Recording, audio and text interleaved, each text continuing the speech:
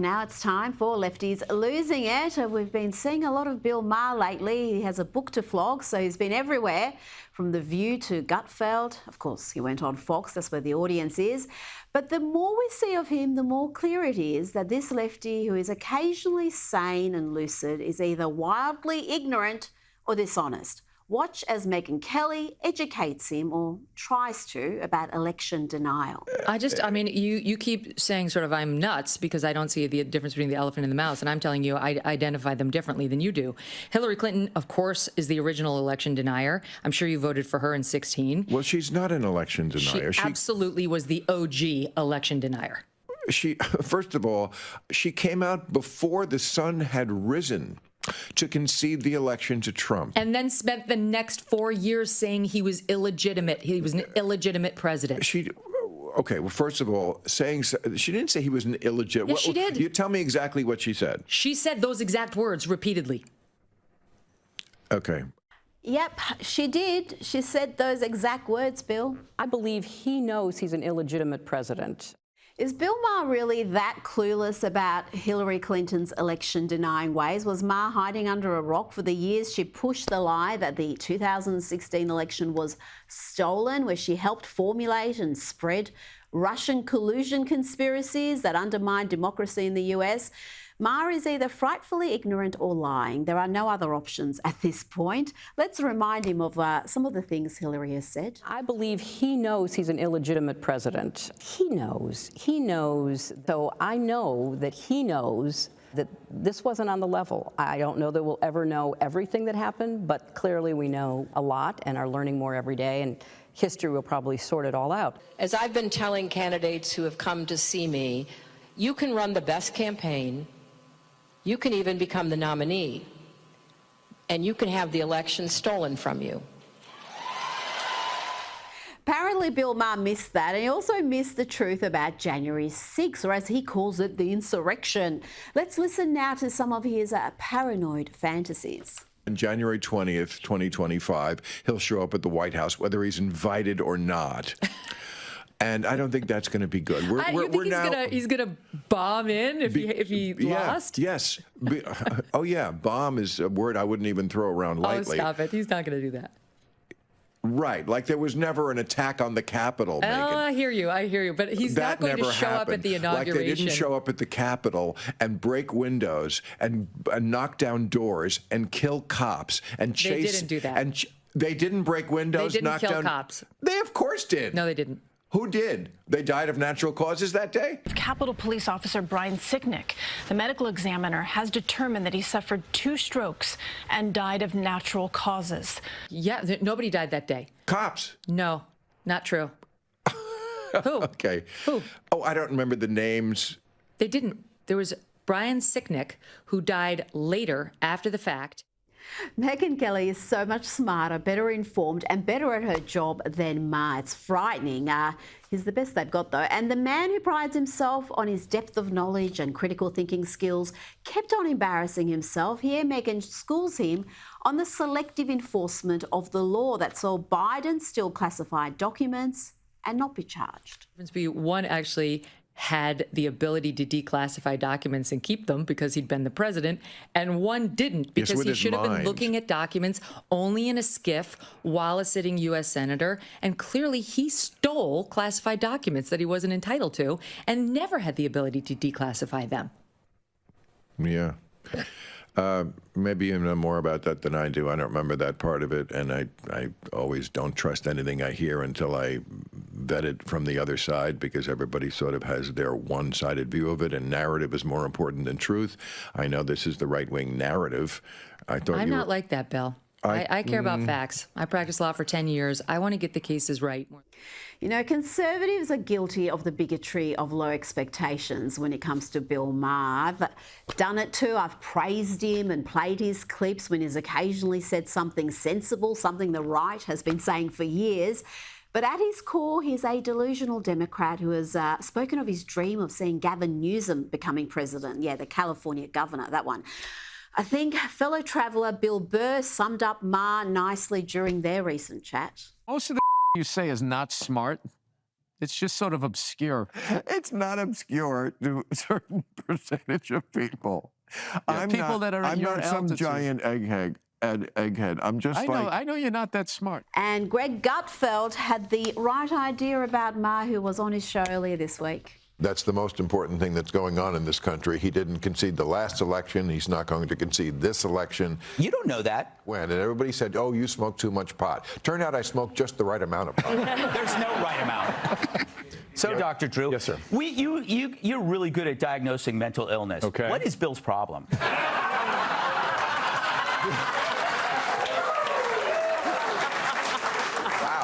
Maybe lay off the pot, Bill. That might clear up the TDS. And let's continue with Lefties losing it. Here we have a biological man identifying as a woman using their position as the Assistant Secretary for Health in the Biden administration to lecture us about how global warming is disproportionately affecting Black people. Climate change is having a disproportionate effect on the physical and mental health of Black communities. Black Americans are more likely than white Americans to live in areas and housing that increase their susceptibility to climate-related health issues. And 65% of Black Americans report feeling anxious about climate change's impact. Joining me now is the author of Fossil Future, Alex Epstein. Alex, your response to that, I would argue climate change policies do disproportionately impact poor people, not Black people, poor people, whatever colour they are. Is that how you see it? Because I find it hard to understand how global warming is impacting Black people more than everybody else. I mean, the truth is that, you know, what they're calling global warming, so bad weather, they're saying it's racist, but it's actually classist in the sense of if you're poor, it's hard to deal with bad weather. That's why as the world has gotten richer, we've become much, much safer from climate. We have a 98% decline in climate-related disaster deaths over the last century. So obviously the solution, if you care about susceptibility to climate, is for everyone to get rich, even within the United States, let alone the rest of the world, where most people are incredibly poor, even compared to, you know, the poorest people in the United States. So on the one hand, it's just the exact opposite prescription of what's needed. It's just we need to become wealthier. And then on top of it, this person has the goal to say that Blacks are suffering climate-related anxiety. That's because you're catastrophizing climate. Like, maybe the government should prescribe fossil future. That's the solution to climate anxiety. That is a very good prescription indeed. Now, here's some good news. This week, shareholders at oil giant Shell overwhelmingly rejected a climate change resolution filed by green activists, urging it to align its reduction targets to the Paris Climate Agreement. Alex, only 18% of shareholders back this proposal. In March, we saw Shell weaken its 2030 carbon reduction target. They cited strong demand for gas. They're refocusing on more profitable operations like oil and gas. Seems to be a win for common sense, Alex. I think this is a good development, and contrast this to, say, 2020, when, you know, we had a global pandemic, we had lockdowns that hurt most the oil and gas industry, particularly oil, because oil is the basis of modern transportation. And you had all these people saying, I was wrong for saying that, you know, we have a fossil future, that we actually need more oil going forward. And they're like, look, oil demand is low. It's not good to invest in oil. Now, why am I bringing this up in this context? Because the fact that oil stocks happen to be crashing because of those circumstances allowed a bunch of opportunistic ESG types to claim that disinvesting from oil was somehow a wise investment thing, when in fact what happened is right after that, oil became one of the best performing sectors in the world as demand rebounded and then continued to increase to record levels where we are now, and we're still increasing. So what's happened is all these do-gooder ESG types who were thinking they would get rich being ESG are realizing that they're getting poor being ESG, and that if they have Shell or BP or all these other virtue signaling companies who've claimed that they want to go net zero, that if they actually do that, it's going to crater their stock. So I'm glad that people are waking up to financial reality, and it's helping defang this really insidious ESG movement, because that not only hurts the oil companies, it most of all hurts the oil consumers, which is the world's 8 billion people who need cheap, reliable energy. Well, how powerful is the ESG mob, the environmental, social and governance lobby? They seem to control a great deal of the money, Alex. Is their power weakening with the pandemic over and things getting back to normal? There are signs of weakness, but we definitely cannot let up at all. I mean, you're seeing more and more people stand up to it. It used to be pretty lonely to stand up to it. Now there are a lot more people saying that it's bad. And in particular, the stuff I'm most interested in, the environmental side, the idea of rapidly eliminating fossil fuels, that is a global death sentence. You're increasingly having people recognize that to some extent. But unfortunately, the ESG movement has totally poisoned so many institutions and taken them over. And I'll just give an example of in the realm of AI, which is a new huge source of demand in the United States and around the world.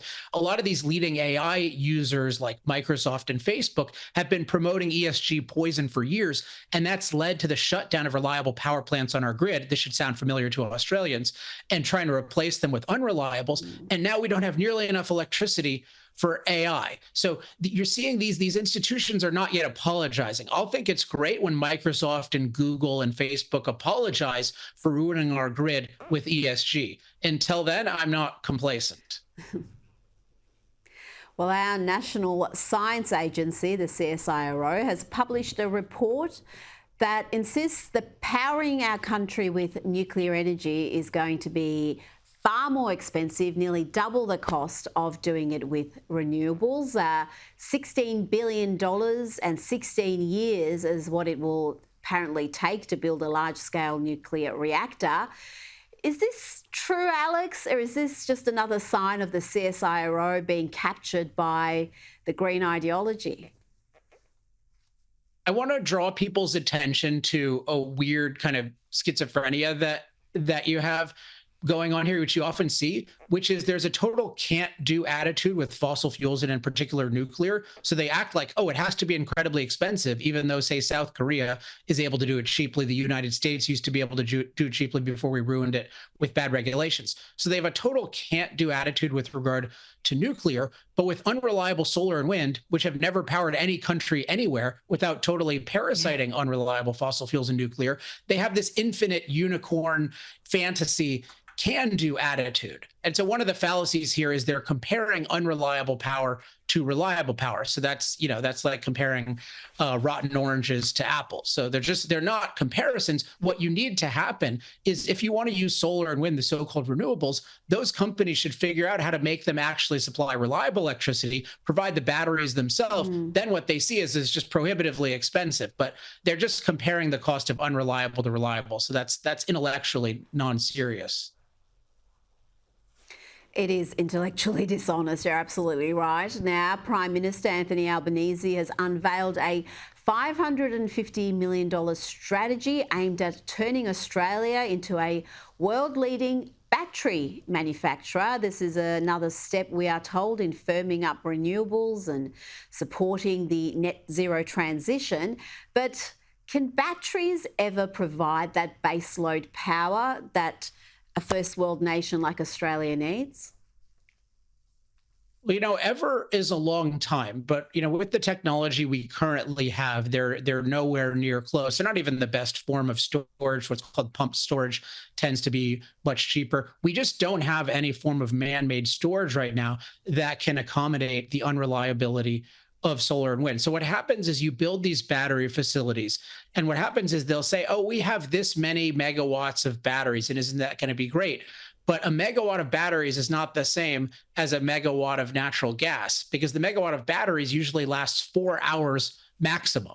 So if it only lasts 4 hours, you need a lot more than 4 hours worth to be able to handle highs and lows of the sun and the wind over, days, let alone weeks. So it's just this fake It's just this fake stuff being added on to pretend that solar and wind are being reliable, but they're not reliable unless they can truly be self-sufficient without parasiting on the other stuff. So again, I say, Australian government, anyone who thinks they can make it work, have somebody figure out how to make a solution just using solar, wind, and batteries. See how much that costs to provide reliable electricity with the same reliability of coal or natural gas or nuclear. You'll be in for a rude awakening. But go ahead and try, but don't just steal everyone's money and restrict fossil fuels and promise the best, because there's no evidence it'll work at all. And what about the elements that go into making these giant batteries? Where they come from, the supply chain, the reliance on China. Is that something that isn't given due consideration, Alex? Well, in general, there's just the negatives or challenges of solar and wind are never given due consideration, and then the negatives or challenges of fossil fuels are amplified 100 times and just exaggerated beyond all proportion. So there's definitely this bias. I don't think it means fundamentally you can't produce batteries at a much larger scale. But if you look at near term, what people are proposing with these different net zero plans is just a totally unprecedented increase in mining in a very anti-mining global environment, particularly in the Western countries that used to be free, but now have many, many restrictions on mining. And this is a basic contradiction of the green movement, which says that to achieve, quote, green energy, we need to mine the world more than we ever have, which the green movement is going to oppose. And I think this confirms my thesis in Fossil Future, and people can learn more about this at energytalkingpoints.com, that the green movement is really an anti-energy movement. It pretends to support energy, but it really just hates human impact on Earth. And if you hate human impact, you hate energy, because energy allows us to impact the Earth to make our lives better. Alex Epstein, thank you so much for your time this evening. Thanks, Rita.